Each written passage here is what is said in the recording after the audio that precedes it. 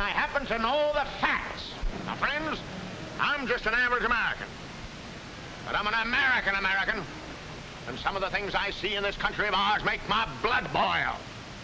I see people with foreign money.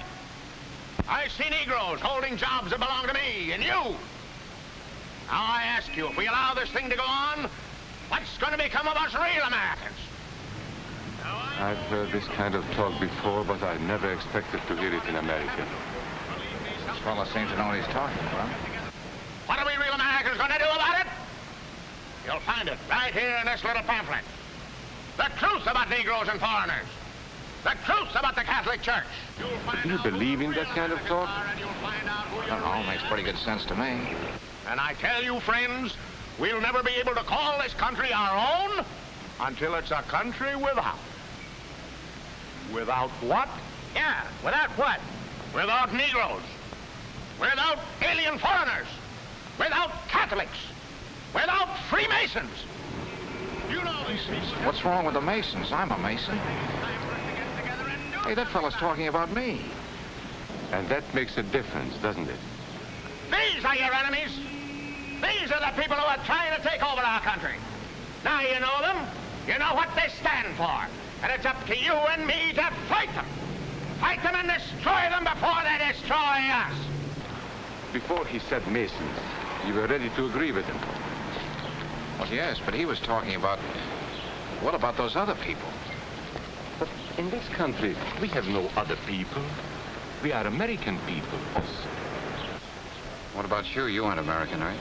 I was born in Hungary, but now I am an American citizen. And I have seen what this kind of talk can do. I saw it in Berlin. What were you doing there?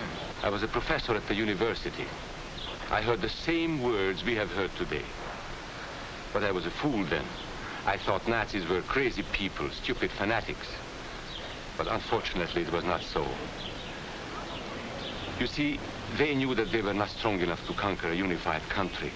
So they split Germany into small groups. They used prejudice as a practical weapon to cripple the nation. Of course, that was not easy to do. They had to work hard to do it. You see, we human beings are not born with prejudices. Always they are made for us, made by someone who wants something. Remember that when you hear this kind of talk. Somebody is going to get something out of it, and it isn't going to be you. This is not classroom theory. I saw it happen. You inherited the nation which rightfully belongs to you. To you alone belongs the glorious destiny of the Greater Germany. The Nazi Party will provide land for the farmer, work for the worker, and profits for the small businessman. Who is getting these things now? The Jew. Then there are the Freemasons. In Germany, we have no place for secret societies. There may be only one society, and that is the Nazi Party. There may be no secrecy about that in the new Greater Germany. One by one, he attacked each minority and he split them off one from the other. These men were all fellow Germans when they came here today. Now they were split into rival groups, suspicious of each other, hating each other. We must never let that happen to us or to our country. We must never let ourselves be divided by race or color or religion, because in this country we all belong to minority groups. I was born in Hungary. You are a Mason. These are minorities. And then you belong to other minority groups too. You are a farmer. You have blue eyes. You go to the Methodist Church. Your right to belong to these minorities is a precious thing. You have a right to be what you are and say what you think, because here we have personal freedom. We have liberty. And these are not just fancy words. This is a practical and priceless way of living. But we must work at it.